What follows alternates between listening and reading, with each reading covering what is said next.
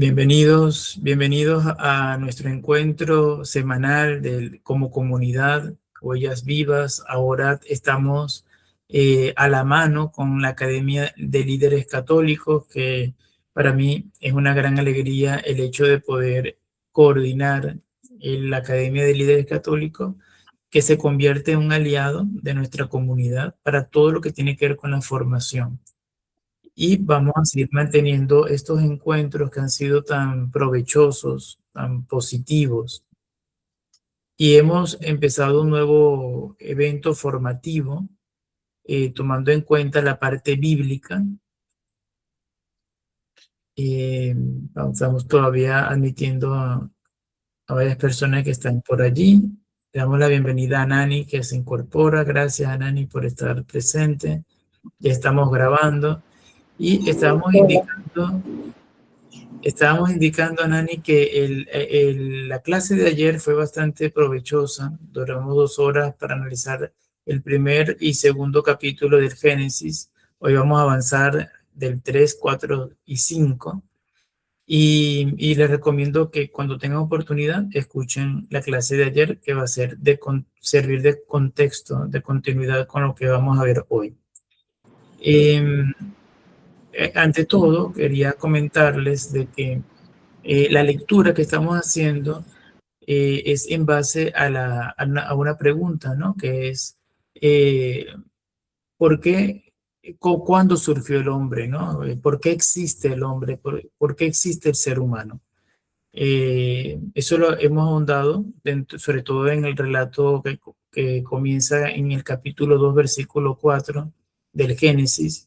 Y en el primer relato, que es el primer capítulo del Génesis, se establece como protagonista la presencia de Dios creador, de Elohim creador, y que responde a una pregunta que sería, ¿quién ordenó el cosmos? ¿Quién ordenó el universo? ¿No? Son dos preguntas distintas en dos relatos distintos, como para hacer un poco de resumen del día de ayer. Hablábamos un poco de algunas diferencias entre los dos relatos. Dentro del grupo habíamos colocado una pregunta que era: ¿quién fue creado primero, si los animales y las plantas o el hombre? Y había una tercera pregunta que, según el fragmento de la Biblia que se tome para leer, evidentemente vemos cómo hay una aparente contradicción, que no lo es. Hay una intención clara del autor sagrado de colocar un relato al empezar la Biblia, es decir, el primer libro de la Biblia, el Génesis. En su primer capítulo hay un relato que a mi impresión es más antiguo, y el segundo relato, que comienza en el capítulo 2, versículo 4, no comienza directamente desde el capítulo 2, sino hay que leerlo del capítulo 2, versículo 4, donde hay otro relato posterior, un poco más simbólico, más desarrollado, más catequético. El primer capítulo del Génesis tiene también una estructura litúrgica. El que cuando se escribió fue para encajarlo, encuadrarlo dentro de la dinámica litúrgica que vivía el pueblo de Israel en ese momento. Y es por ello que se habla del número 7 y se destaca el Sabbat, porque ya cuando se escribe el Génesis se estaba cumpliendo el Sabbat. Se tomaba el número 7 como un elemento importante y simbólico para la cultura judía, y entonces encajan la pregunta y la respuesta implícita de quién ordenó todo lo que vemos a nuestro alrededor, sobre todo a nivel cósmico, a nivel de las estrellas, a nivel de las luminarias, del día, de la noche. Esa duda, esa intriga, se plasma en el primer capítulo del Génesis, donde, para resumir, cuando se habla de hagamos al hombre, al Adán, a la humanidad, a nuestra imagen y semejanza, es indicando no que cuando vayamos a ver un espejo vamos a ver a Dios. Eso no es la intención. La intención es que la misma autoridad que Dios tiene, Dios creador, al momento de crear de la nada, esa autoridad se la está entregando al ser humano. No digo hombre como sexo masculino porque se habla de Adán. Y Adán, ya lo hemos dicho en varias oportunidades, en hebreo no significa hombre de sexo masculino, sino raza humana, humanidad. Es una palabra colectiva. No estamos hablando allí de el hombre como sexo masculino. Eso yo creo que ha sido una interpretación que ha causado mucho daño dentro de la iglesia porque ha creado confusión y se ha tomado el término de Adán, inclusive, para hablar de una cierta supremacía masculina, cuando eso no aparece en ningún momento dentro del contexto bíblico. Porque cuando hablan de Adán, se habla es de humanidad, es un concepto colectivo. Se puede traducir como humanidad, seres humanos, personas, pero nunca hombre o varón en el contexto de sexo masculino, nunca. Por tanto, cuando Dios crea a Adán, significa que crea a la humanidad, hombre y mujer, que en hebreo, para decir hombre y mujer, debe ser ish, isha, los crea hombre y mujer a su imagen, no porque Dios tenga un rostro humano, sino porque es una autoridad. Dios, fíjense que en el primer capítulo, Dios no toca, no habla, no camina, no moldea, simplemente habla. La autoridad de Dios está en su palabra. Dios dijo que se hicieran la tierra, se separaran los mares y se hizo. Es la voz de Dios el que está creando. Entonces, esa autoridad es la que da en herencia a la humanidad, a los seres humanos, para que estos puedan administrar toda la creación. En el segundo relato es totalmente distinto. Además, hay un dato interesante. Son dos nombres de Dios distintos. En el primer relato se habla de Elohim solamente, no se especifica más que Elohim.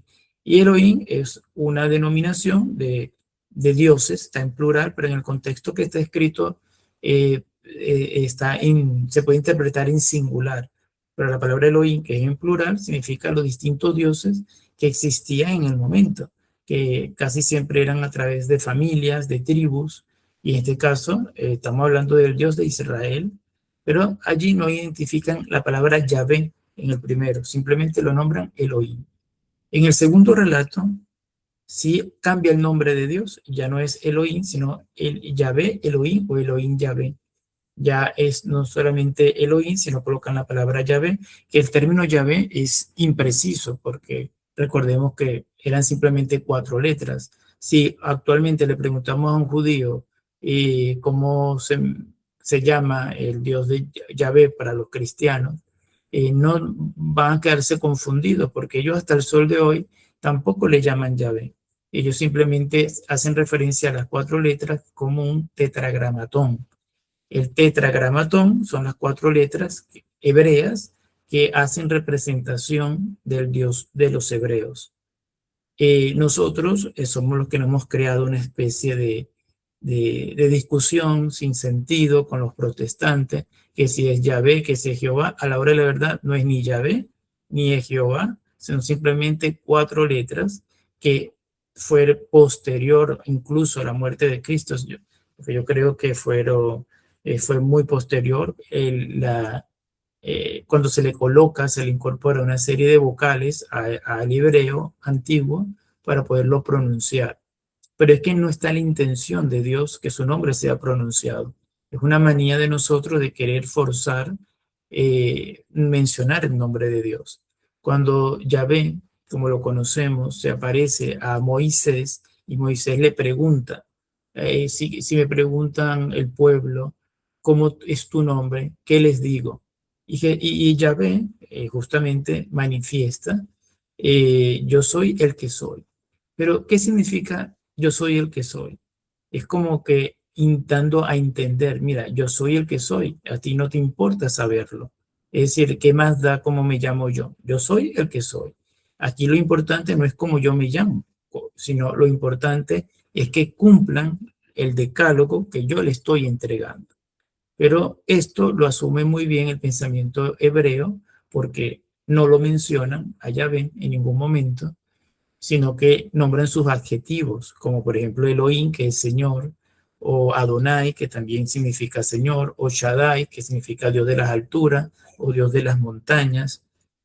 También significa Dios que recoge al pueblo en su pecho, ¿no? Porque el problema del hebreo es que una sola palabra puede tener muchos significados. Pero no, los hebreos nunca mencionaron a Yahvé y no tienen una representación gráfica de Dios tampoco. Y los musulmanes tampoco. El término Alá es un término semejante a Elohim, pero en árabe. No significa un nombre propio de Dios. Es decir, Alá es como decir Elohim. Lo que pasa es que los musulmanes tienen una tradición árabe y los hebreos escriben y se mueven en el mundo con el idioma hebreo y arameo. Eh, entonces, somos después, esto es una discusión que surge después, cómo se llama Dios, pero no es lo más importante. Surge después Jesucristo, nosotros aquí todos somos católicos, cristianos, creemos en Jesús, y Jesús se atreve, a diferencia de los judíos de su época, se atreve a mencionar el nombre de Dios, pero lo menciona a través de un término que era común en el pueblo, que es Abba, que es un término de confianza entre un niño y su padre. Y por eso es que escandaliza, queda escandalizado el pueblo de Israel o el pueblo judío, porque Jesús tiene la odisea de mencionar a Yahvé, que es impronunciable, con un término, en este caso, Abba. Eso es uno de los grandes problemas o incomodidad que hacía Jesús en ese momento. Entonces, tomando en cuenta esto, si nosotros queremos mencionar a Dios Padre, hagámoslo como lo hizo Jesucristo, que es Abba, porque el mismo Jesús, siendo Dios, es el que nos ha dado a conocer cómo se dirige al Padre. Cuando le preguntan cómo rezamos, cómo oramos al Padre, justamente Jesús establece la oración del Padre Nuestro. Entonces, ese Padre Nuestro, en latín es más conocido, Pater Noster, está escrito en griego, no está escrito en hebreo, por eso no podemos decir que sea Abba, porque fue escrito en griego. Función al latín es pater, ¿no? Pero tiene el sentido de ese Abba que utilizó Jesús. Entonces, hagamos como hizo Jesús y utilicemos el Abba. Todo esto es para indicar que hay dos nombres distintos en el primer relato del Génesis y en el segundo. Hay dos intenciones distintas. En uno se quiere hablar sobre la autoridad de Dios, sobre las cosas creadas, que hace inclusive primero hay allí los animales, la tierra, y después surge el hombre. Y hay otro relato donde lo principal aquí es por qué existe el ser humano.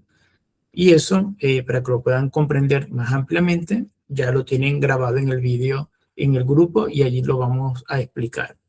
Para avanzar, para el capítulo 3, sí es necesario saber que estos dos relatos se prolongan al resto de los demás capítulos del libro del Génesis. Y hay que leerlo de la siguiente manera. El segundo relato comienza en el capítulo 2, versículo 4, y abarca el capítulo 3 y el capítulo 4. Y el relato 1 del capítulo 1 comienza en el capítulo 1 del Génesis, y después que se termina el capítulo 1 pasa al capítulo 2, que es parte del primer relato, hasta el versículo 3. Capítulo 2, versículo 3 sigue siendo el primer relato, y después hay un salto y continúa en el capítulo 5. Por tanto, cuando vayamos a leerlo, para tener una comprensión un poco más lineal, debemos leer el capítulo 1, parte del capítulo 2 y hasta el versículo 4, y de allí saltar al capítulo 5 y vamos a ver un relato. Y si agarramos del capítulo 2, versículo 4 y leemos el capítulo 3 y el capítulo 4, vamos a ver otro relato que están paralelos. Entonces, esa era la mejor manera que podemos nosotros leer esa parte del Génesis. Ahora, ¿qué vemos en Génesis del 3 al 5? Ahí vamos a ver algunas cosas, ¿no? Algunos elementos temáticos.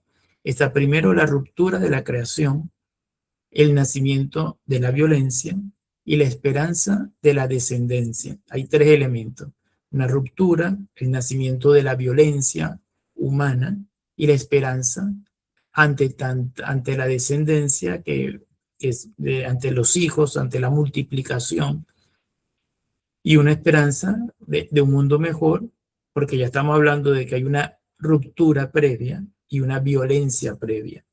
Aquí la relación del ser humano, de Adán, de la humanidad con Dios, creador, sea Elohim, sea Yahvé, sea Abba, es parecido a un matrimonio. Yo creo que lo comentaba ayer, que los 2 primeros años son de felicidad, están felices en su noviazgo y en su primer año de matrimonio, pero después comienzan las infidelidades, los problemas, y es una historia de no acabar, ¿no?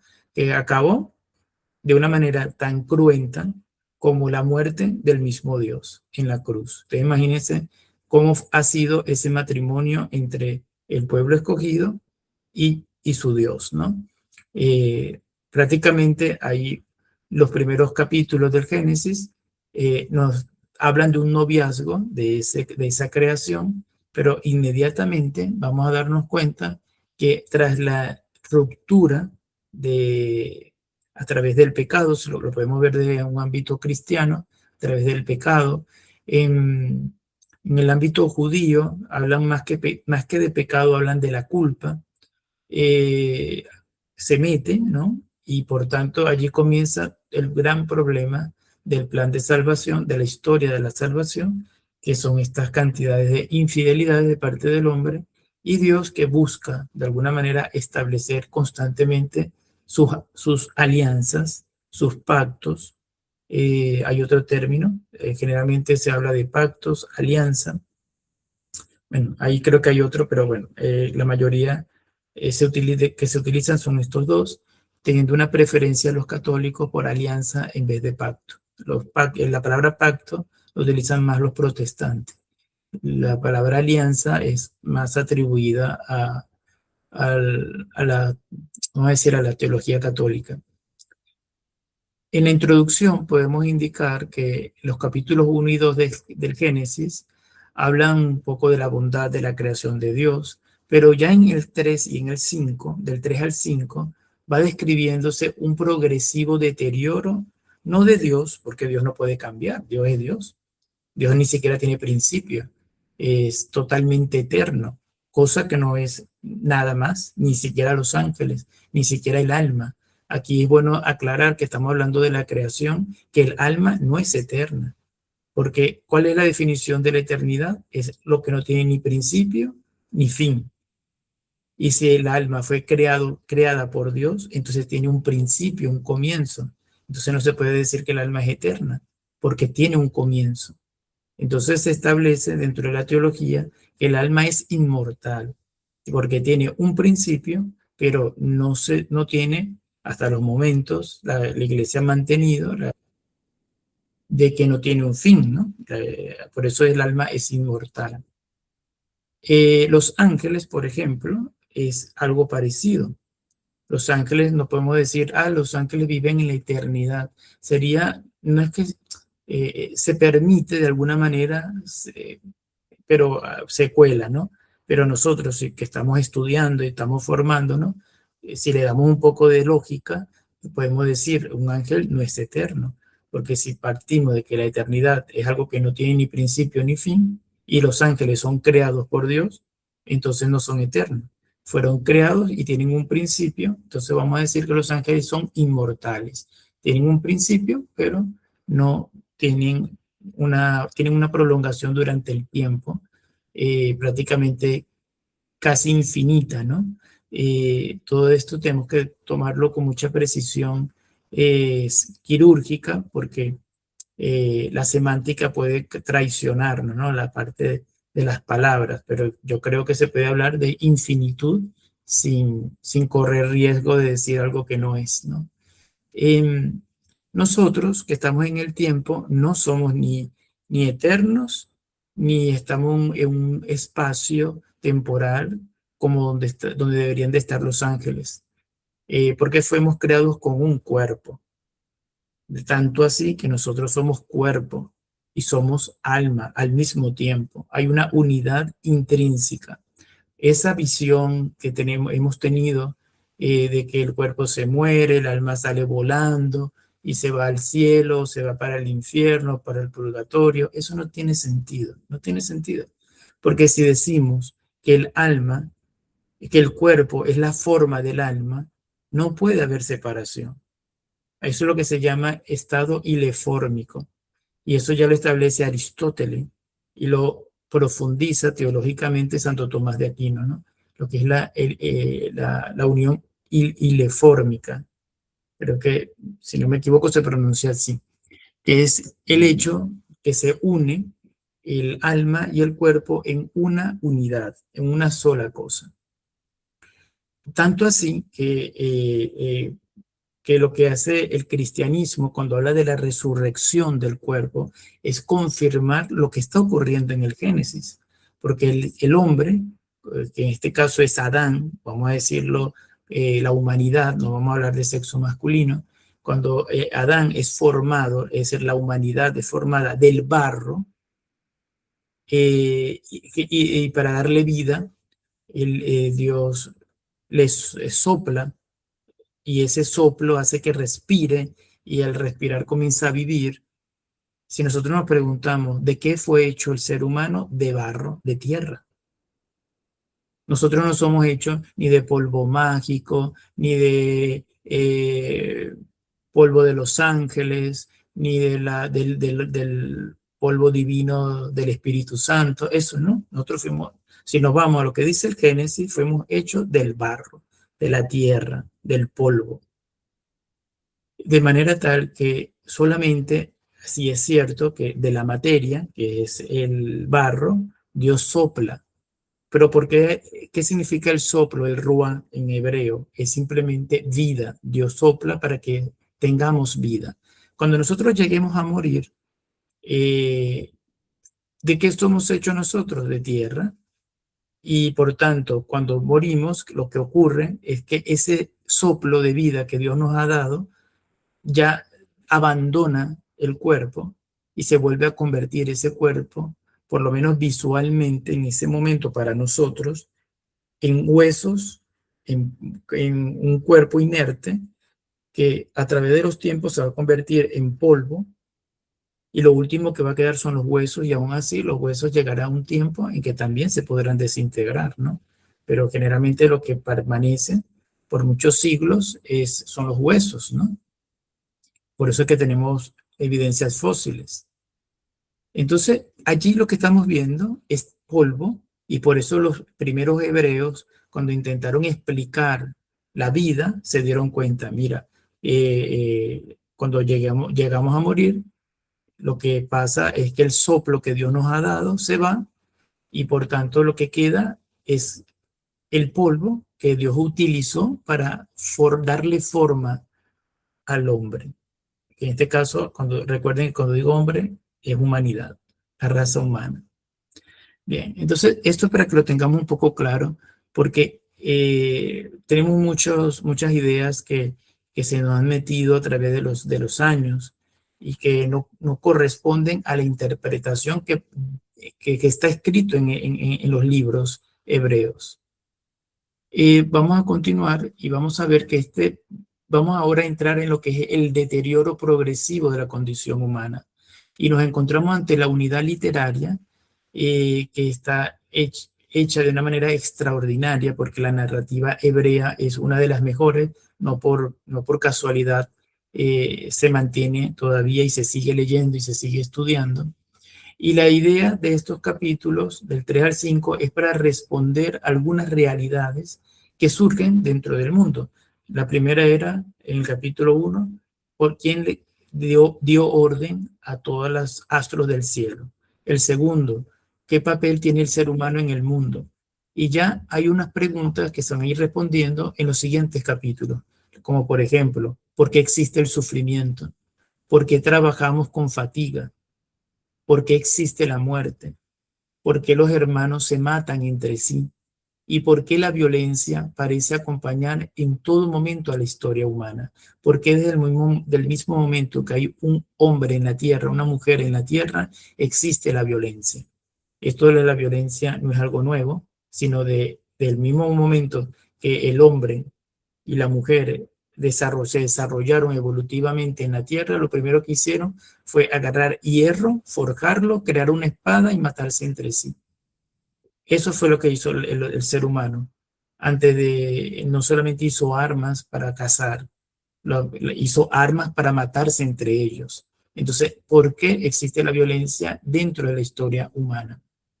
En estos capítulos no se pretende narrar, por ejemplo, acontecimientos históricos verificables, no es un libro científico, no es un libro netamente histórico, hay elementos que sí se pueden rescatar, pero por ejemplo el Génesis en particular, del capítulo 1 al capítulo 12, es incierto históricamente, totalmente incierto. No hay ni siquiera es una recopilación de distintos relatos que fueron tomándose de otros pueblos, por ejemplo, de Mesopotamia, de Babilonia, de los exilios, y se fueron armando para darle respuesta a todas estas preguntas que estamos viendo. Esto significa que el pueblo de Israel se copió el Génesis de otras historias, no necesariamente se valió de otros relatos, pero no para copiarlos, sino para mejorarlos o para dar una verdadera respuesta, como decir, mira, ustedes dicen que hubo un diluvio, por ejemplo, pero ese diluvio no es como ustedes lo cuentan, es como lo contamos nosotros. Entonces se toman los relatos de los vecinos, no para copiarse, sino para corregirlos. Esa sería la palabra correcta. Los hebreos tomaron los relatos antiguos, paganos, para purificarlos y mejorarlos y arreglarlos dentro de la mentalidad hebrea. Entonces, pero ellos se valieron de del capítulo 1 al capítulo 12 del Génesis, básicamente está construido en base de relatos de otros pueblos vecinos.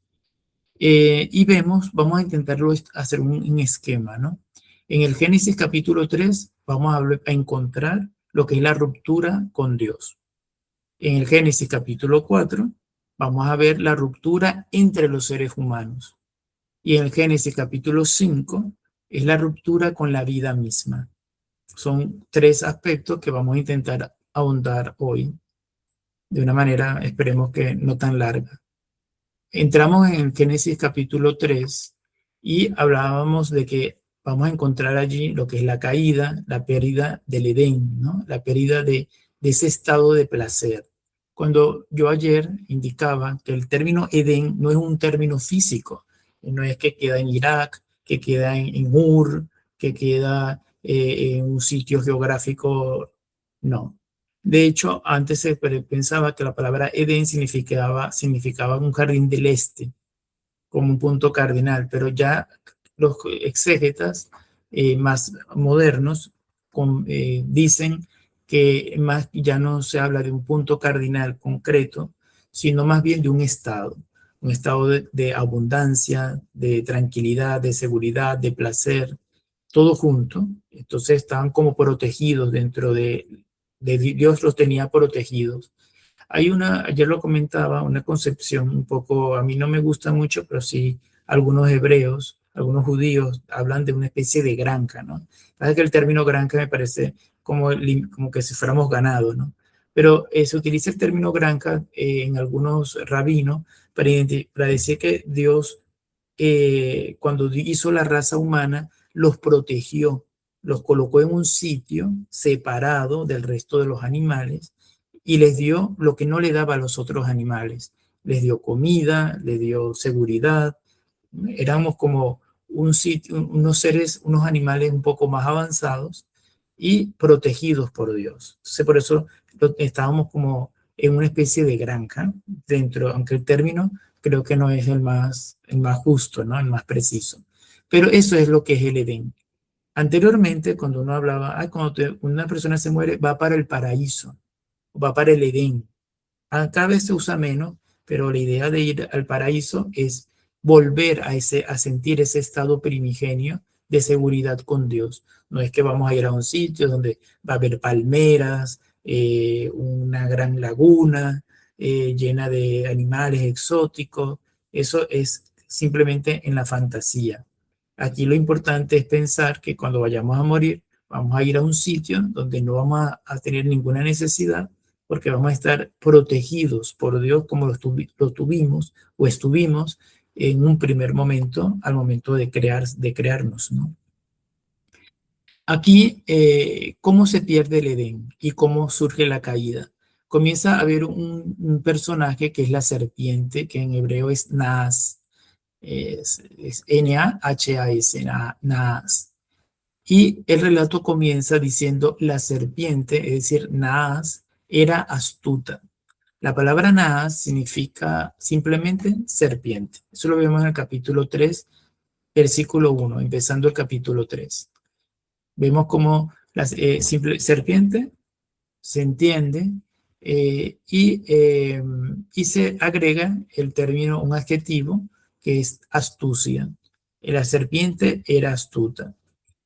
Aquí yo el día de ayer comenté que había un juego de palabras entre serpiente y astucia y había una identificación con ella. Sin embargo, allí yo después lo aprovecho de rectificar porque realmente no hay un juego de palabras como dije anteriormente. El juego de palabras es entre desnudez y astucia. Desnudez y astucia sí tienen la misma raíz hebrea, serpiente no. Pero a pesar de todo esto, la serpiente se identifica con la astucia. En el texto hebreo original no vamos a identificar a la serpiente con el demonio, con Satanás.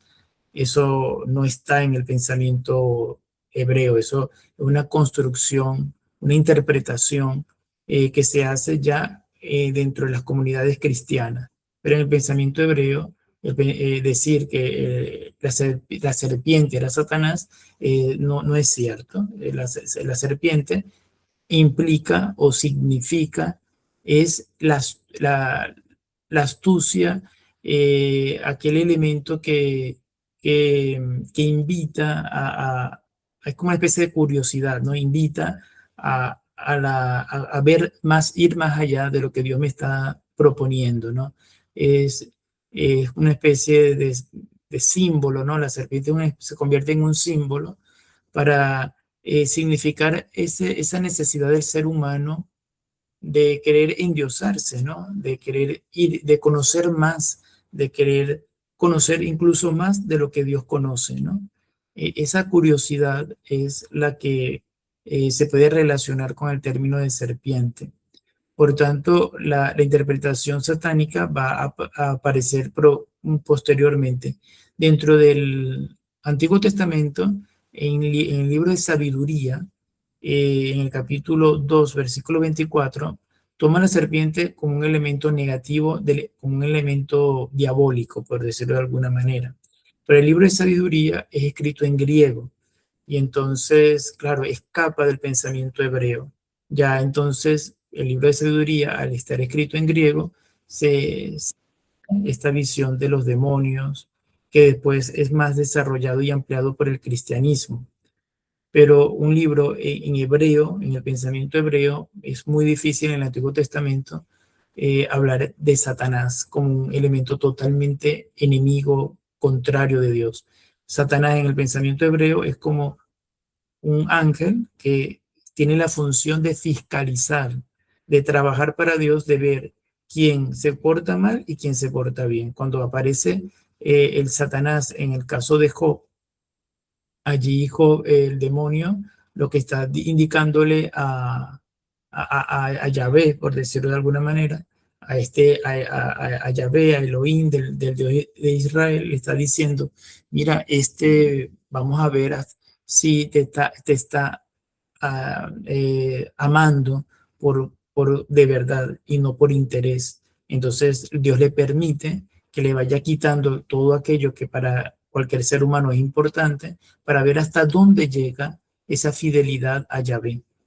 Pero Dios se lo está permitiendo. Entonces, de alguna manera, el demonio está haciéndole el juego de fiscalizar a ver quién se aleja y quién se acerca a Yahvé. En el libro de Apocalipsis, capítulo 12, versículo 9, sí vamos a ver cómo la interpretación cristiana toma la serpiente directamente como una intervención directa del enemigo, es decir, del demonio, del diablo, pero es un desarrollo teológico posterior, ya en el cristianismo. Y en la tradición patrística se va a afianzar aún más. Por tanto, para el autor yavista, es decir, para el autor del Génesis, la serpiente va a representar principalmente la astucia y la seducción a una falsa sabiduría. Hasta allí vamos a dejarlo porque estamos en el Antiguo Testamento todavía. Entonces, si nos concentramos nada más en el pensamiento del Génesis, el autor cuando lo escribió fue pensando en astucia y seducción de una falsa sabiduría. También un poco de sobre la idolatría, porque en la época se utilizaba la serpiente para rituales de fertilidad o de fecundidad por su asociación a la parte fálica. Y entonces también era una manera de significar la idolatría o la falsa sabiduría que existe en los pueblos vecinos. Después viene sí el juego literario que dije el día de ayer, que es entre desnudez y astucia, porque desnudos, como la palabra desnudo, que es la que aparece en el texto sagrado, es arumín, y astuto es Arum, tienen la misma raíz, Arumín y Arum, desnudo y astucia. Entonces aparecen juntos de manera tal que para hacer un juego fonético, ¿no? Las dos palabras poseen la misma raíz fonética. Allí sí hay un juego literario, cuando se habla de la desnudez y de la astucia. El narrador, el que está narrando el Génesis, crea deliberadamente esta relación literaria, ¿no? Es una construcción literaria como si una persona construyera un poema.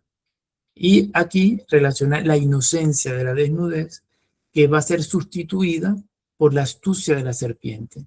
Es decir, por un lado está la inocencia de la desnudez del primer hombre, que es Ish, y de la mujer, que es Isha, varón y varona. Esa inocencia va a ser sustituida por la astucia de la serpiente, que es la que va a sembrar la curiosidad para ver, para ser más vivos, ¿no? Para ir a hacer un paso más allá, ir más allá inclusive del conocimiento de Dios. Esta tentación que todos los seres humanos tenemos de endiosarnos, de querer hacer juegos bioéticos, clonar, todo esto de jugar a ser dioses es la misma tentación que se presentó en un principio. Ahí surge también el árbol del conocimiento dentro del capítulo 3. Cuando se habla de árbol de conocimiento, se establece un conocimiento del bien y del mal. Esta palabra es dat en hebreo y significa conocimiento, discernimiento, comprensión profunda, una comprensión profunda, un análisis de algún tipo de conocimiento que no es fácil verlo superficialmente. Aquí entonces se relaciona el fruto del conocimiento del bien y del mal con la pretensión humana de decidir automáticamente, autónomamente, independientemente de Dios, de lo que es bueno y lo que es malo. Aquí realmente el centro de la falta de tanto del varón y de la varona, de Ish y de Isha, es que intentaron o pretendieron asumir lo que es bueno y lo que es malo separado de la autoridad de Dios, que querían decidir qué es bueno y qué es malo para ellos, colocando a Dios a un margen de sus decisiones. Es allí donde está el problema. La tentación no consiste en querer aprender, porque también eso es un error, decir que el error era que nos iban a abrir el conocimiento y íbamos a entender nuevas cosas. El error o el pecado no consiste en querer comprender, estudiar, querer tener un nuevo conocimiento. El problema está en que yo quiero definir lo que es bueno y lo que es malo, pero dejando a Dios aparte. Consiste en querer ocupar el lugar de Dios. Yo soy el que voy a decidir desde hoy en adelante qué es bueno y qué es malo para mi vida. Y Dios que no se meta en mis asuntos. ¿Ve? Algo así parecido.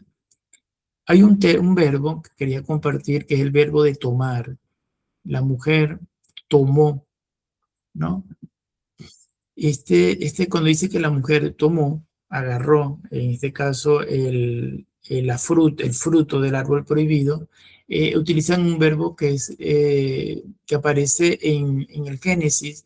Ese verbo de tomar, que es laka, se utiliza cuando una persona toma algo a la fuerza e indebidamente. Por ejemplo, cuando se habla de que los hijos de los Elohines tomaron a las mujeres de los hombres para tener relaciones con ella, ese mismo verbo tomó significa violar, una violación. Entonces, ese mismo verbo, el que se utiliza para indicar que la mujer, Isha, tomó, violentó el árbol de la vida se apropió de algo que no le correspondía. Y por tanto, desde ese mismo momento comienza la caída. La caída es un acto de apropiación. Se puede decir que nosotros, como seres humanos, el primer acto de afrenta ha sido la de violentar a Dios. Nosotros hemos abusado de la confianza que Dios nos ha dado. Prácticamente nos están indicando que es comparable a que una chica, una mujer indefensa, confía en ti y tú en vez de protegerla, lo que es la has abusado, ¿no? La has tomado a la fuerza. Prácticamente es la comparación en la acción, en el verbo, porque el verbo de tomar para violar es el mismo que utilizan para decir que Isha tomó el fruto del árbol del conocimiento. Cuando Isha toma o violenta el árbol de la vida, pasa algo sé que se le abren los ojos. La apertura de los ojos se puede, es el término que van a utilizar. Bien, estoy dando la entrada a algunas personas que quieren entrar en la sala. Se abrieron los ojos de ambos, no solamente de Isha, que es mujer, sino de Ish y de Isha, el hombre y la mujer. Se le abrieron los ojos. Paradójicamente, no se convirtieron en dioses, que es lo que ellos pretendían, tener un conocimiento de lo bueno y de lo malo y ser ellos los dioses, ¿no? Paradójicamente, no se convirtieron en dioses, sino que, ¿qué es lo que descubren? Que esto es algo interesante, descubren es su propia debilidad, su propia desnudez. Es algo muy interesante porque ellos esperaban verse como dioses y sucedió todo lo contrario. Cuando ellos toman el árbol del conocimiento o lo violentan, en vez de convertirse en dioses, ven su propia desnudez, ven que están hechos de barro, ven que no son nada, que nunca, nunca, nunca van a ocupar el lugar de Dios, por mucho que así lo deseen. Y eso es lo que significa la desnudez, descubren su vulnerabilidad. La desnudez ya no simboliza la inocencia que representaba antes, sino que ahora representa vulnerabilidad, vergüenza, fragilidad. La ruptura interior produce una nueva forma de autoconciencia. Antes no había una autoconciencia de su debilidad, porque estaban bien, estaban amparados por la gracia o por el beneficio de ser hijos de Dios, o las criaturas mimadas de Dios, ¿no? Por decirlo de alguna manera. Pero cuando ellos se apartan del que realmente les dio la vida, se dan cuenta que son barro, que sin Dios ellos no tienen vida. Nosotros cuando nos alejamos de Dios, simplemente estamos apartándonos del único elemento que nos permite vivir, porque si no fuera por Dios, fuéramos simplemente la misma tierra que estamos pisando. Cuando una persona se muere, es lo que representa esta imagen. Por mucho que un médico quiera revivirlo, si está muerto, está muerto. aunque lo congelen, aunque le vuelvan a cambiar todos los órganos. Si está muerto, está muerto. Lo único que puede darle vida es el insuflar el Espíritu de Dios. Y lamentablemente estamos viviendo un mundo donde también queremos ser como dioses y se habla de perpetuar nuestra especie, la memoria, congelarnos, el transhumanismo, que llegará un momento en que vamos a cambiar nuestro cerebro por una computadora en la cabeza. Va a llegar un momento en que vamos a ser más robot que seres humanos, por el afán de querer siempre vivir para siempre. Pero todo eso se acaba el día que tú pases por una calle y te caiga un piano en la cabeza. Listo. Por mucho que tú te cuides, que vivas perfecto, que te pongas en los mejores órganos, el día que te caiga un piano en la cabeza, ahí se acaba todo. Porque nosotros no tenemos decisión absoluta de la vida. La muerte ni siquiera nos corresponde a nosotros. Es algo que escapa de nuestras propias manos. Y entonces, después de esa autoconciencia, surge algo que es el juicio divino. Dios no destruye inmediatamente al hombre. Dios no dice, esta humanidad insensata, que vamos a destruirla. No lo piensa de esa manera. Cuando Dios se da cuenta, le pregunta al hombre y a la mujer, ¿dónde estás? ¿Quién te dijo que estabas desnudo? ¿Has comido del árbol? La pedagogía divina comienza con el diálogo. Es interesantísimo. Dios aquí no te está acusando directamente, te está preguntando.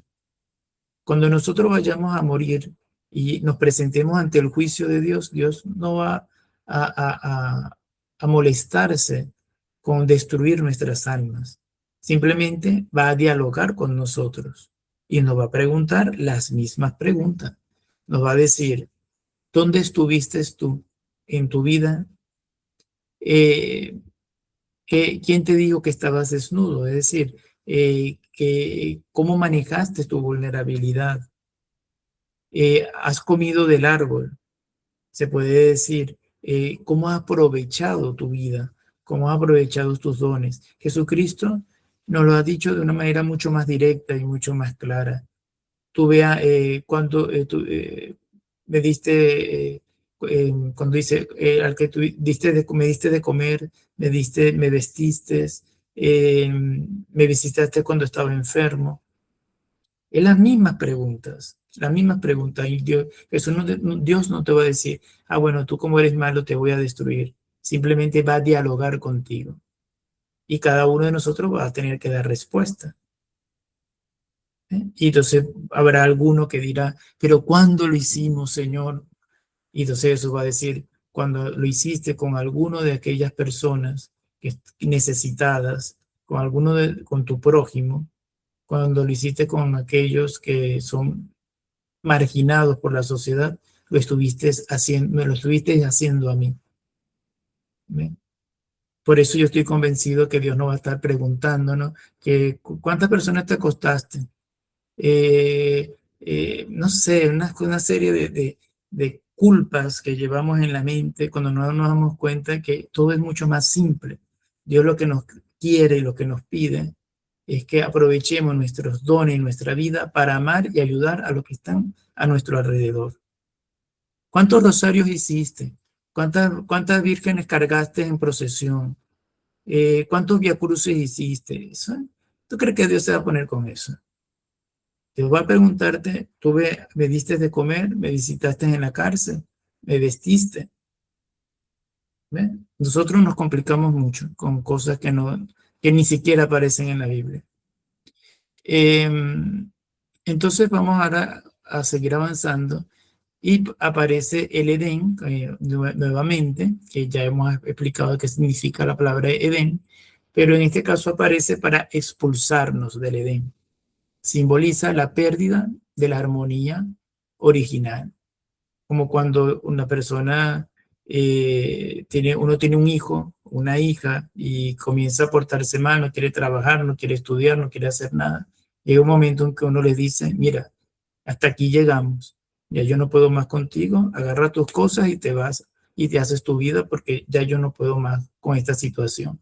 Dios hizo algo parecido. Ustedes, hasta aquí llegamos, ya su abuso de confianza no la puedo tolerar más. Ustedes agarren sus macundales, como dicen en Venezuela, sus cosas, sus maletas y se me van. Y eso fue lo que ocurrió. Entonces hubo una expulsión. Llegamos al capítulo 4 y aparecen dos personajes que es Caín y Abel. Tenemos otra situación histórica a nivel bíblico interesante, ¿no? Porque aquí vamos a hablar sobre la historia ya social de la humanidad. Hasta el capítulo 2 y el capítulo 3 hemos visto cómo surge, es la relación entre Dios, creador, y el ser humano, hombre y mujer. Ahora, en el capítulo 4 vamos a comenzar a ver cómo nos relacionamos entre nosotros mismos como hermanos. Por eso surge surge Caín y surge Abel. Los nombres. ¿Por qué se llama Caín? Caín en hebreo se pronuncia Caín, es igual, ¿no? Es muy parecido. Y la expresión es de la mamá de Isha, que nosotros la conocemos como Eva, que dice, he adquirido un hombre, ¿no? Aquí la palabra Caín viene del término adquirir, ¿no? Porque el verbo adquirir es cana y el nombre es Caín, tienen la misma raíz. Y entonces viene una derivación de esa familia de palabras que significa adquirir, obtener, poseer. Yo he adquirido o he poseído un hombre, ¿no? Cuando nace Caín. El nombre evoca fuerza y adquisición, ¿no? Sobre todo adquisición. Después nace Abel, que en hebreo es Ebel, y significa vapor, niebla, aliento efímero.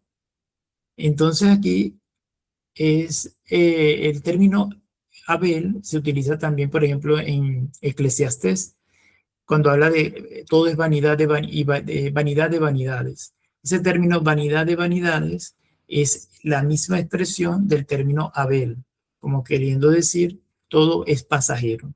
La vida de Abel, por lo tanto, representa algo pasajero, un soplo, de hecho, como indicando de que su vida va a ser muy corta, es algo pasajero.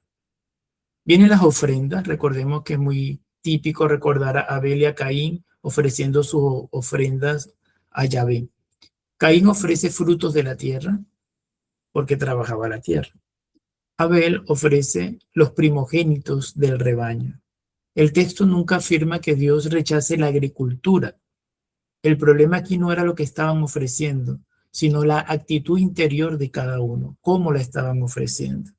Esto es muy típico y se recuerda mucho al pasaje de Jesucristo, cuando criticaba a los fariseos, que iban al templo y tiraban esas monedas para que se escuchara, que todo el mundo escuchara el tintinar de las monedas. ¿Ve? Y entonces es para que todo el mundo lo escuche, para que todo el mundo los vean, ¿no? Entonces el problema no es la ofrenda, que sea poca o sea mucha, sino la actitud del que está haciendo la ofrenda. En cambio, recordemos cuando Jesucristo habla de la viuda pobre y que da lo único que tenía. ¿Y qué ofrenda a nivel económico?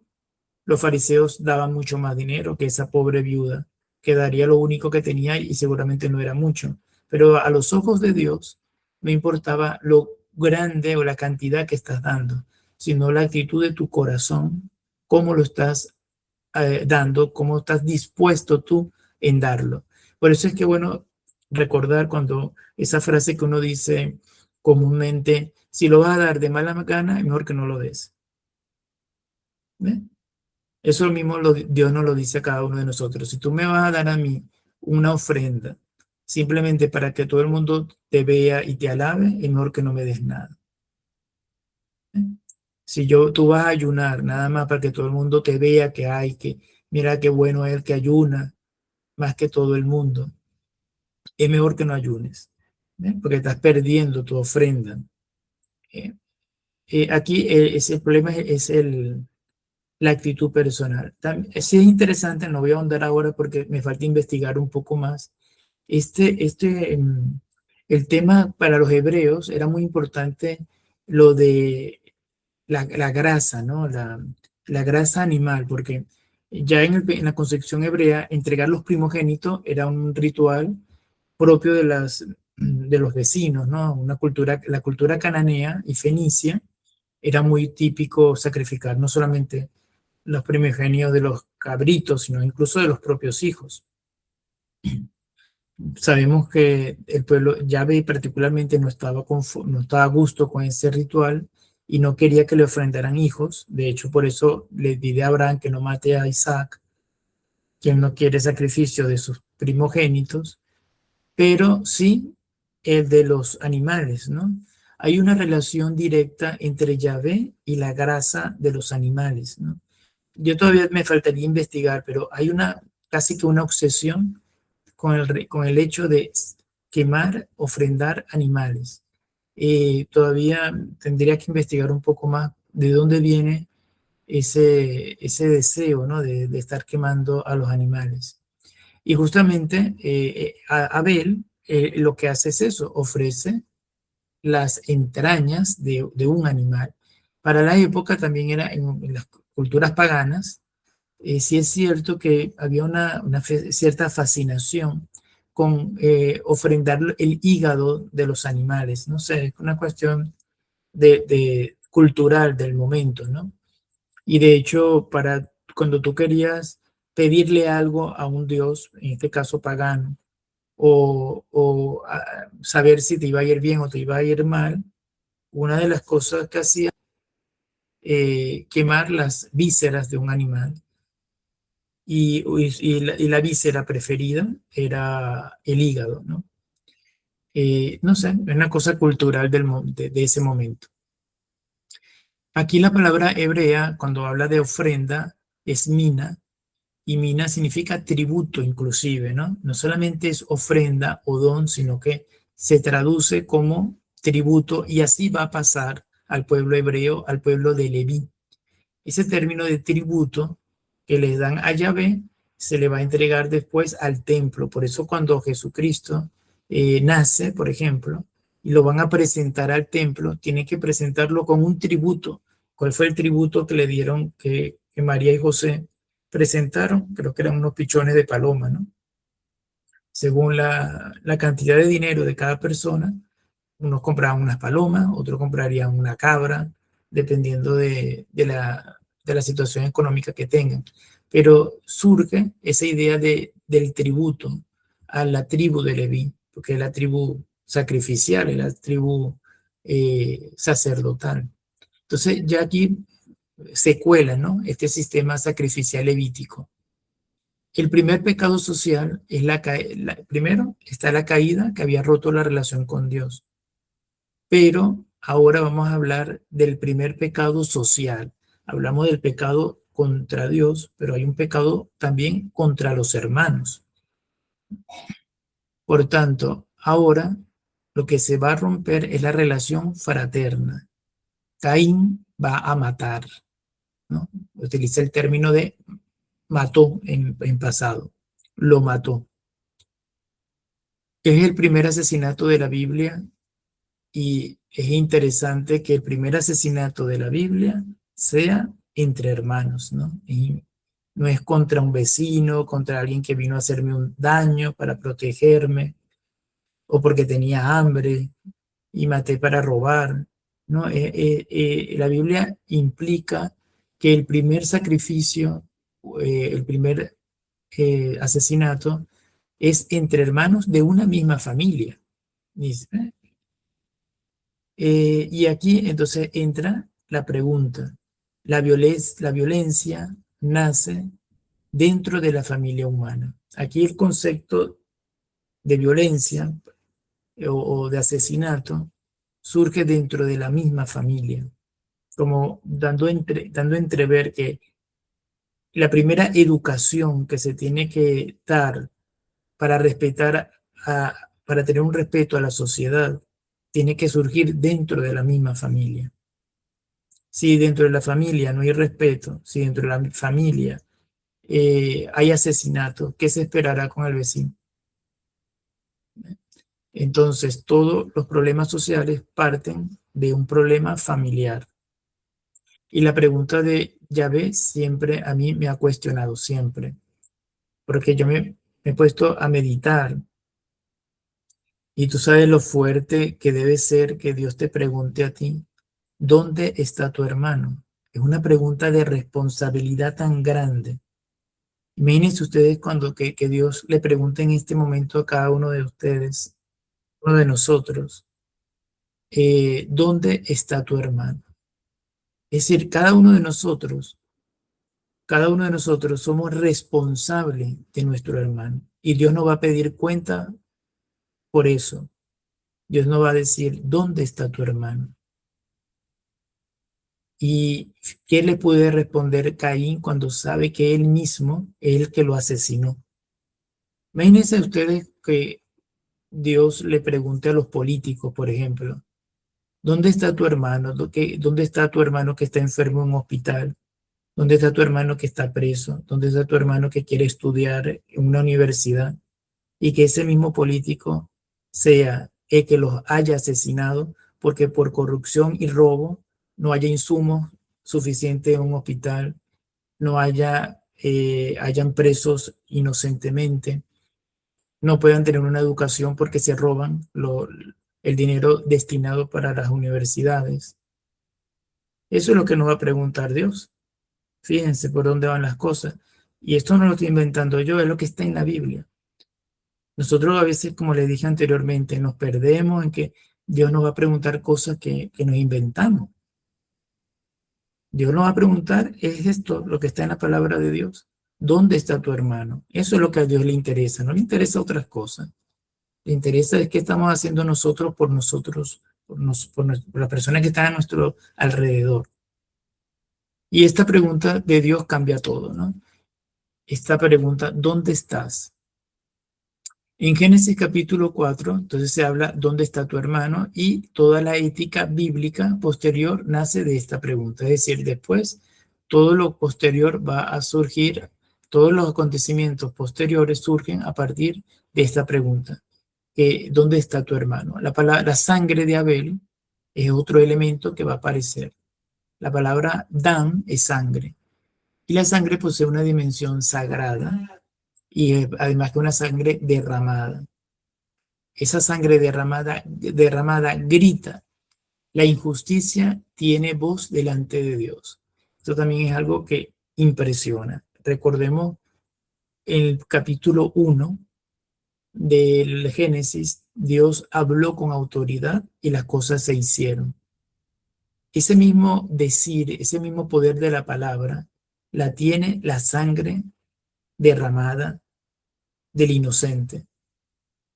La sangre del inocente es una voz que clama a Dios de la injusticia. La injusticia tiene voz. ¿Y cuál es la voz de la injusticia? La sangre derramada inocentemente. Todas las personas que mueren inocentemente víctimas de un sistema político corrupto, de la violencia, es una sangre que está clamándole a Dios. Es una voz, porque eso es lo que dice la palabra de Dios. Dice, la sangre derramada grita. Es muy explícito, ¿no? Grita.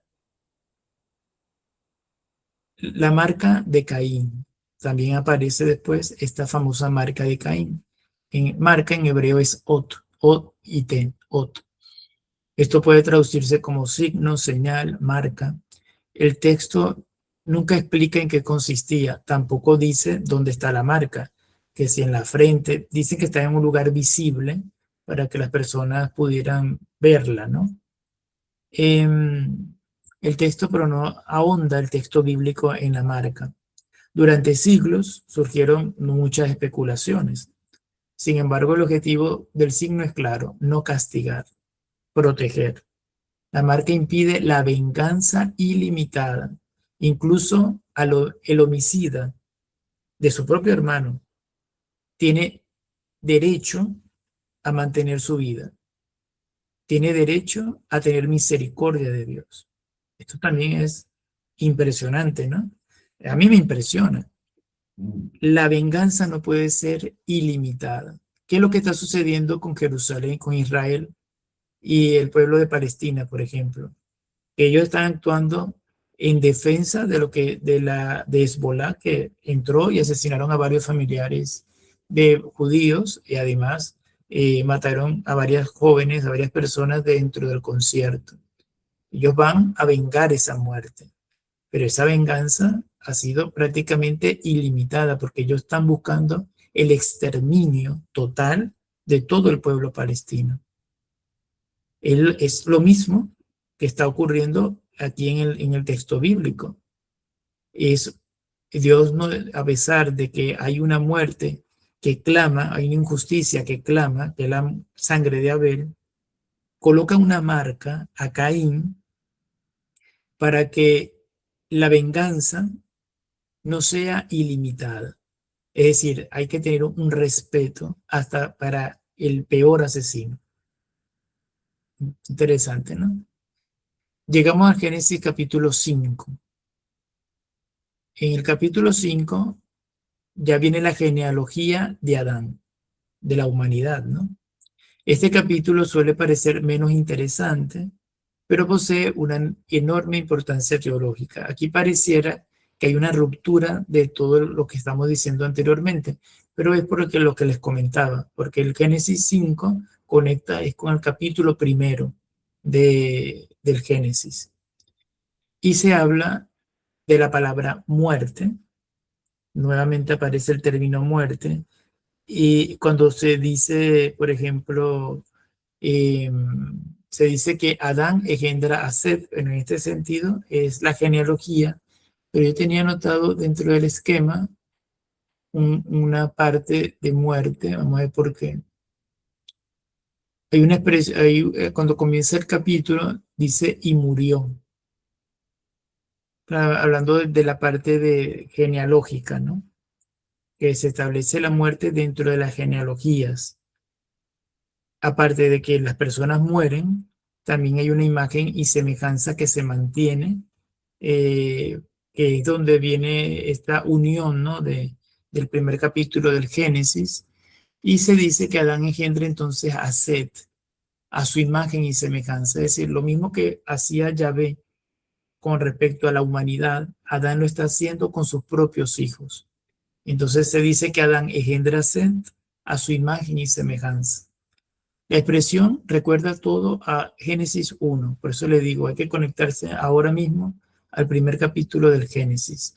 La imagen divina continúa transmitiéndose. La caída no destruye totalmente la dignidad humana, porque aquí todavía no estamos hablando de caída en el primer relato, sino que hay una continuidad de muerte y vida, y en este caso, esa herencia que Yahvé de su imagen y semejanza que se la da a Adán, Adán también se la va a transmitir a su hijo Set. Piense que aquí, como es otro relato, no se habla ni de Caín ni de Abel, se habla es de Set. Set significa establecido, puesto, representa continuidad. Y también se puede hablar como, se puede traducir o representar como esperanza. Representa la continuidad de la humanidad, es la esperanza de la humanidad. Hay un caso dentro del Génesis que es Enoc, que es un caso excepcional porque es el único que no murió. Se habla de las muertes, pero no se dice, en el caso de Enoc, cuando se habla de la genealogía, él no muere. Él, se cambia el término morir y murió, que se va repitiendo en toda la genealogía. Cuando se llega a Enoc, caminó con Dios. Es un caso muy único. Esto da a entender también un poco, de allí se toman también el tema de la resurrección, por ejemplo, posteriormente, cuando reflexiona un poco con el término de Enoc, que era tan justo que Dios lo saltó de la muerte. En hebreo, la palabra hebreo de Enoc traduce posibilidad de comunión restaurada. Es como estoy leyendo acá en los apuntes de que se traduce Enoc como algo que anticipa la restauración con Dios, ¿no? Entonces, a lo mejor está colocado dentro de la genealogía como esa conexión de restablecer esa gracia perdida por culpa del mismo pecado. Hay un término también entre el capítulo 3 y el capítulo 5 que es el Ruá, que lo hemos hablado el día de ayer, pero va a volver a aparecer. Y aparece explícitamente en Génesis 1 cuando dice que el Ruá estaba sobre las aguas, sobre el océano, que es el Espíritu de Dios. De alguna manera, la palabra espíritu es imprecisa. Realmente, si queremos traducir Ruá, no lo podemos traducir como espíritu. Es un soplo, un aliento. Es el mismo aire que nosotros respiramos y expiramos. Eso es el Ruá. Si nosotros después lo adornamos, que es el Espíritu Santo, eso, en el momento en que se escribió, el Ruá es un aliento, un viento, que significa vida, porque las personas para poder vivir necesitan respirar. Entonces, como nosotros aspiramos y expiramos, eso es vida y es lo que quiere traducir el autor sagrado. Dios era ese aliento que se necesita para poder vivir y que estaba desde el origen y va a aparecer en Génesis 1 y después se va a volver va a volver a tener una importancia en el Génesis capítulo 6. Sin embargo, teológicamente sigue presente en todo el contexto, ¿no? Sobre todo porque nosotros lo relacionamos, los cristianos lo relacionamos con el Espíritu Santo. Entonces, por tanto, la pérdida del aliento divino, nosotros lo vamos a entender desde el punto de vista en el pecado, en la violencia, en la muerte. Claro, si nosotros ya relacionamos Ruah con espíritu, todo aquello que se aleje del Espíritu de Dios está presente allí el Ruah, sea porque se aparta o porque se mantiene. Entonces, cuando hay pecado, ahí evidentemente el Espíritu de Dios se aparta. Donde está la violencia, se aparta. Donde está la muerte como símbolo del mal, también se aparta. Toda la historia, eh, desde este momento, la historia de la salvación siempre va a ser de querer una restauración, una comunión vital, ¿no? Y entonces va a haber este efecto de acercarnos más al Espíritu o alejarnos de él. Ya para ir terminando, porque se hace bastante largo estar deteniéndonos, pero vamos a ver si puedo hacer una pequeña síntesis de cosas más importantes. Hay algunas semejanzas viendo los textos de manera sinóptica, como columnas. Génesis 1 y 2, y Génesis 3 y 5 comparten algunas cosas, ¿no? ¿Qué es lo que comparten todos estos capítulos? La centralidad de Dios, la dignidad humana, la importancia de la libertad, la relación entre humanidad y tierra. ¿Qué diferencia podemos encontrar en estos capítulos? Del Génesis 1 al 2 se habla de el orden, la armonía, la vida, la comunión, la bendición. Pero del 3 al 5 comienza todo lo contrario. Lo que era orden en los primeros capítulos comienza a ser desorden. Lo que era armonía se convierte en vergüenza. Lo que era vida se convierte en muerte y en violencia.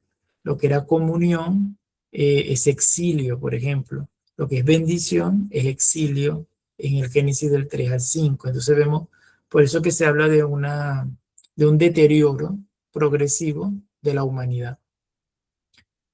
También aquí vamos a ver el tema de las expulsiones, ¿no? Que se repiten en estos capítulos que hemos leído. Los primeros expulsados fueron Adán y Eva. En términos hebreos, Ish y Isha, expulsados del Edén. Después Caín es expulsado de las tierras cultivables. Después hay un personaje que es Lamec, que se traduce como el que multiplica la violencia, ¿no? También está presente la humanidad, pero una humanidad que se prepara para el diluvio, porque ha sido tanto su perversidad que Dios hasta abre las compuertas del cielo para que caiga agua e extermine la humanidad. Lo que pasa es que se salvó por Noé, la humanidad. Por tanto, lo que vamos a ver es que el pecado crece progresivamente. ¿Qué podemos ver nosotros a futuro dentro del libro del Génesis? Vamos a ver más adelante la tierra perdida, es decir, esta tierra perdida del Edén después va a ser sería contrapuesta con la tierra prometida. La tierra, el Edén, va a ser la tierra perdida. Después, a lo largo de las Biblias, de los textos, se habla de la tierra prometida, haciendo alusión a la tierra que se perdió por culpa del pecado de Adán y Eva. La ruptura familiar también va a aparecer más adelante. Vamos a ver cómo hay problemas entre Isaac e Ismael. De Isaac van a salir los judíos, de Ismael van a salir los musulmanes. Después viene el problema de Jacob y de Esaú. Después viene José y sus hermanos. Entonces vamos a ver que la violencia va a reaparecer constantemente a lo largo de todo el texto del Génesis. Pero también va a haber momentos de misericordia, Dios que no abandona a la humanidad, ¿no? Vamos a ver estos tira y encoge, ¿no? Bien, yo creo que no voy a hablar más porque ya he hablado mucho.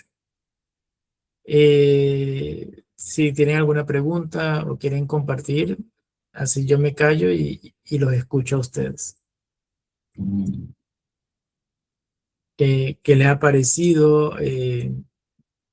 No sé si hay alguna opinión. Si no pueden hablar, pueden escribirlo en el chat también.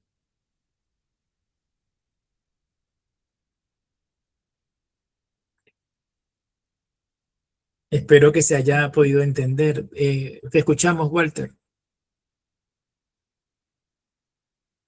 Sí, Ronald, sí, realmente muy bueno, lo que me pareció es muy bueno y por mi parte con algunos agujeros que fuiste tapando en mi escaso conocimiento y bueno, agradecerte por tu preparación y por hacer que sepamos un poquito más. Eh, Me queda profundizar muchas cosas y como decía siempre, esto no se trata de tratar de conocer a Dios, sino de ver qué relación tenemos nosotros con Dios, ¿no? Así que muy bueno. Siempre es bueno conocer un poco más. Pareciera ser que tantas veces hemos escuchado el relato del Génesis que ya damos por sentado muchas cosas y no es así. Es así, Walter. Yo estoy encantado de este libro del Génesis. La verdad que yo ahora que me he dedicado a estudiar un poco, no solo por la clase, sino también como para dentro de mi interés personal, ¿no? Yo estoy fascinado porque me doy cuenta que el Génesis es muy rico simbólicamente y nos enseña muchísimo, porque son las preguntas básicas que nos hacemos todos, ¿no? Todas las preguntas más básicas del ser humano están plasmadas en el libro del Génesis. Son las ideas de quiénes somos cada uno de nosotros. Yo ahora tengo un rollo en mi cabeza porque yo estoy intentando profundizar en ver el problema del alma, ¿no? Porque el alma, fíjense que todo lo que hemos hablado del Génesis todavía no aparece el alma, es que el alma no es propio del pensamiento hebreo. El alma va a aparecer más adelante con la influencia de los griegos. Para los hebreos solamente existen dos cosas, que es la tierra, el polvo, y el soplo de Dios, que es la vida. Es solamente en el pensamiento hebreo lo que se habla es de esas dos cosas. Y no estamos viendo que Dios te va a colocar un alma y un cuerpo y que el alma se va a salir y el cuerpo se va a quedar. Esa corriente no... incluso hay cosas que no son tan ciertas. Sobre todo porque hay que rescatar la unidad de las dos cosas. Todo esto se puede hablar en función de la materialidad incluso del mismo cuerpo y del alma. Si el alma está unida al cuerpo, el alma tiene una cierta corporalidad. El problema llega es cuando la materia se muere, ¿no? Cuando ese espíritu, esa vida, ese aliento de Dios abandona el cuerpo, es allí donde comienza entonces los problemas. ¿Por qué? Porque nosotros estamos viendo el cuerpo muerto, no lo estamos viendo vivo, ¿no? Pero en la fe creemos que ese mismo cuerpo va a resucitar junto con el alma. Yo estuve averiguando con Santo Tomás de Aquino, que es el que, para ver qué dice Santo Tomás de Aquino al respecto. Y Santo Tomás, él, claro, no hay una respuesta definitiva, pero él lo que dice es que el alma y el cuerpo van a estar juntos. Ciertamente, cuando el cuerpo muere, el alma no significa que se va para algún lado. El alma se queda por allí. Existe, es real. No dice dónde está el alma, pero sí dice que es real, que no es que desaparece. El alma tiene que existir, pero está de una manera incompleta si no está con el cuerpo. Entonces, lo que dice Santo Tomás es que puede ser que esté allí, él no se complica diciendo dónde está el alma. Es lo que está diciendo, que el alma existe y que el alma está incompleta si no tiene el cuerpo. Y ahora queda de parte de nosotros de deducir cómo explicar lo que eso, ¿no? Actualmente la teología, sobre todo después de Karl Rahner, se habla de la inmediatez de la resurrección. Yo lo que más o menos creo, me voy por esa línea un poco, ¿no? Lo que más o menos creo yo es que nosotros vamos a morir y hay una inmediatez de la salvación, es decir, nuestro cuerpo y nuestra alma en ese mismo momento va a ir a la presencia de Dios, porque no podemos, no es, no, no es totalmente ortodoxo pensar que el alma va a quedarse por ahí vagando, ni que va a estar durmiendo o esperando que el cuerpo resucite. Eso no, eso son visiones que no son ni siquiera creo que cristianas. Entonces, ahí va a haber una resurrección de cuerpo y alma inmediatamente, en otra dimensión, distinta a la dimensión que nosotros vemos, conocemos actualmente. Nosotros actualmente tenemos una dimensión eh, limitada por el tiempo, por el espacio, no podemos ver más allá, somos muy lentos. Entonces, yo esto lo estaba discutiendo con un filósofo ateo además, y él me decía, pero ¿cómo tú vas a decir que el cuerpo y el alma ya se fueron para otro lado si yo lo que estoy viendo son huesos allí? Yo le digo, le decía al filósofo, tú ves huesos porque nosotros estamos en una dimensión muy lenta todavía, pero esos huesos en un futuro, en la mente de Dios, en la eternidad, por utilizar el término eternidad, ya está resucitado. Entonces me dice, bueno, tenemos que esperar cuánto, 3000 años viendo el mismo hueso. Entonces decían, nosotros vamos lentos. Llegará el momento en que llegaremos al punto omega. Ese punto omega es volver a ir a encontrarnos con Jesucristo. Toda la humanidad, sean vivos y muertos, pero todavía estamos en ese proceso de ida, ¿no? Estamos en ese camino. Eh, entonces, yo creo que hay distintas dimensiones. A lo mejor los hebreos no creían que había una barrera muy distante entre el cielo y la tierra. De hecho, ellos creían que Dios estaba sobre las aguas del cielo, porque en el pensamiento hebreo creían que había mar abajo en la tierra y un mar arriba del cielo. Y arriba de las aguas, por eso que dice el Génesis, el Espíritu de Dios, el Ruá, estaba sobre las aguas de arriba y sobre las aguas de abajo. Entonces, amor, hay planos donde no necesariamente tienen que ser tan distantes, pero hay distintas dimensiones, una más rápida y otra más lenta a nivel de tiempo y de espacio, ¿no? Vamos a ver, a escuchar a Cristina para ver qué nos dice, para ver si nos saca de este enrollo. Bueno, buenas noches a todos primeramente.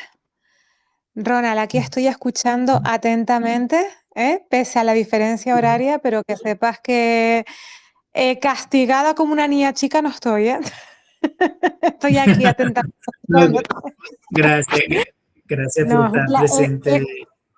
nada, es un placer y lo sabes. Si no estaría, ¿eh? Bueno, buenas noches a todos. Nada, la verdad que el tema este es intenso. El tema de la muerte es intenso y yo creo que, a ver, desde el punto de vista humano, todos podemos tener miedo al sufrimiento, ¿verdad? Miedo a sufrir, porque a lo mejor no es en sí la muerte solamente, sino, bueno, no sé, eso son cosas muy personales que cada uno tiene que procesar. Es que no me quiero ir por las ramas porque el tema está tan interesante que después hablo yo demasiado. No es mi intención, pero a ver, no, el punto que decías ahora de, por ejemplo, es que me pierdo porque son tantas cosas relacionadas. Perdona, Ronald, pero yo también lo vivo No, esto no te intensamente. preocupes, Entonces, tenemos tiempo. parece que, a ver, desde el punto de vista, por ejemplo, humano, como decía, la muerte, evidentemente cada persona pues tendrá su proceso, ¿no? De cómo vivirla a nivel personal, o bueno, o habrán personas que ni siquiera se lo habrán planteado, no lo sé. Pero, por ejemplo, cuando decimos, no, pues vamos al cielo, del cielo hasta que llega la parusía, pues, por ejemplo, son procesos diferentes, ¿no? Entonces, yo ahí sí es verdad que me da a veces un poco de respeto, ¿no?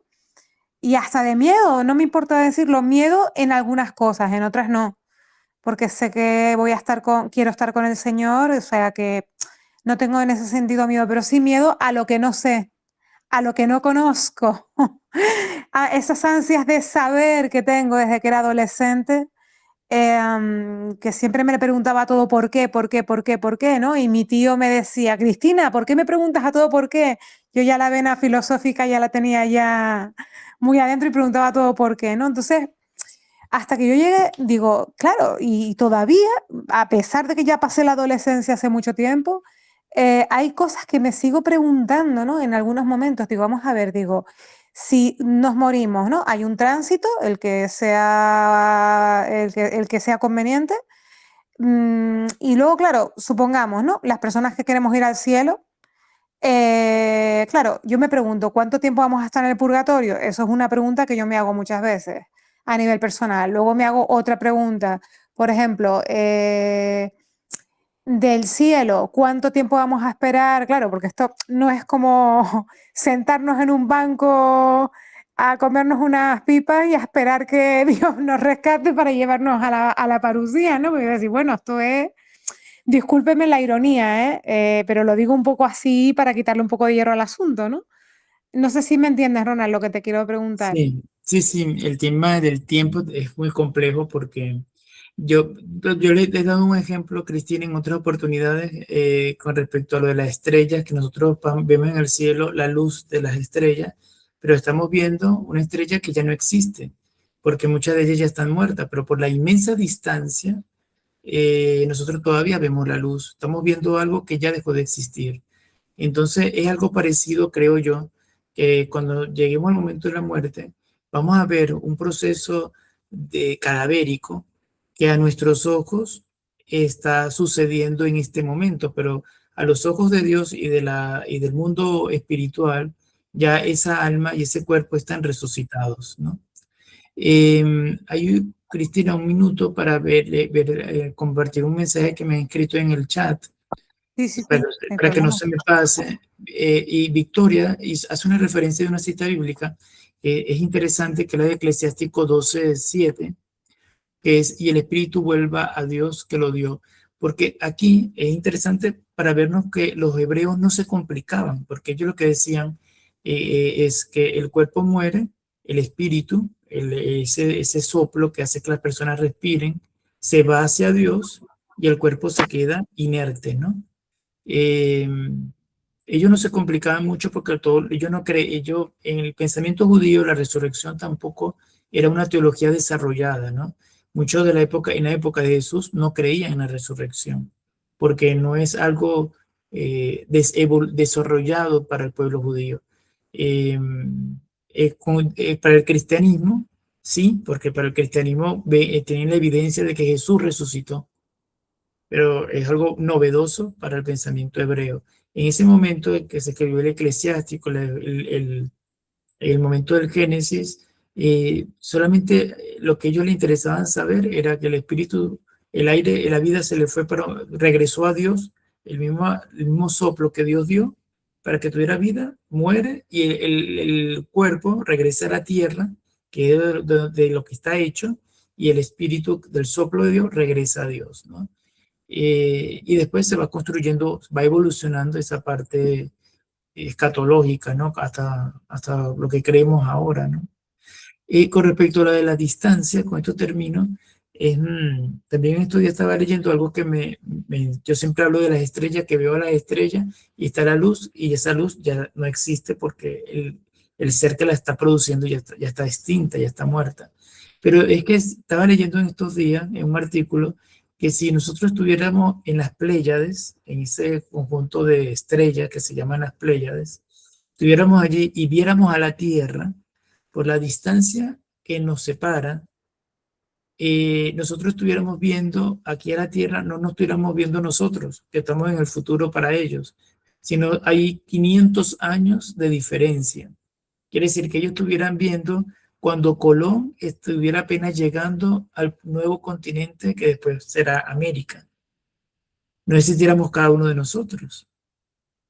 Para los que viven, en el supuesto caso que hubiesen personas que vivan en las Pléyades, nosotros no existiríamos para esas personas, porque ellos lo que estarían viendo es a Cristóbal Colón en las Calaveras, llegando al continente americano, porque por la distancia, el tiempo es más lento la velocidad modifica el tiempo. Entonces yo digo que eso también puede ser algo parecido que ocurre cuando uno muere.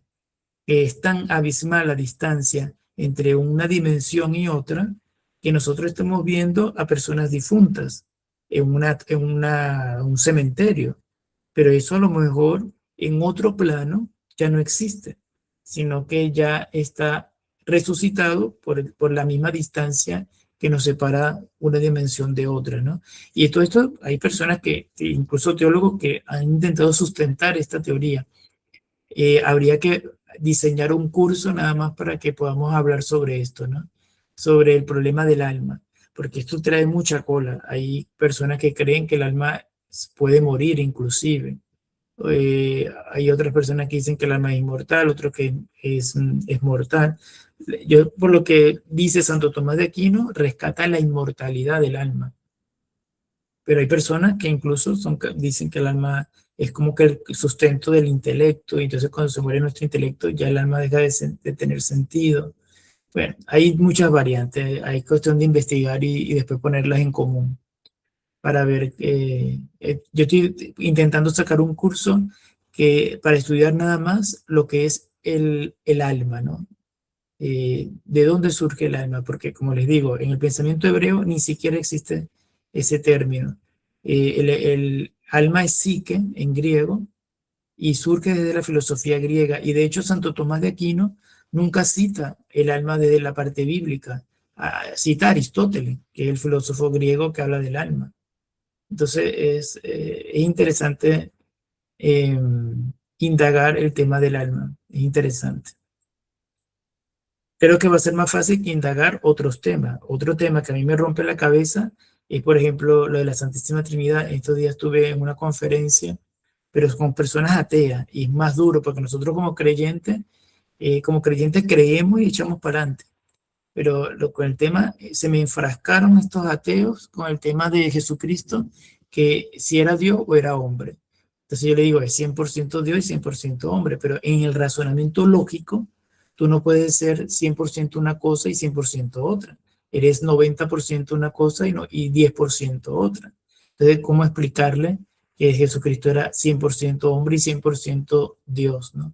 Entonces, ahí, sin embargo, investigando, ahí la naturaleza, en este caso hablando de las dos naturalezas, si llegamos a investigar y ver cómo justificar que la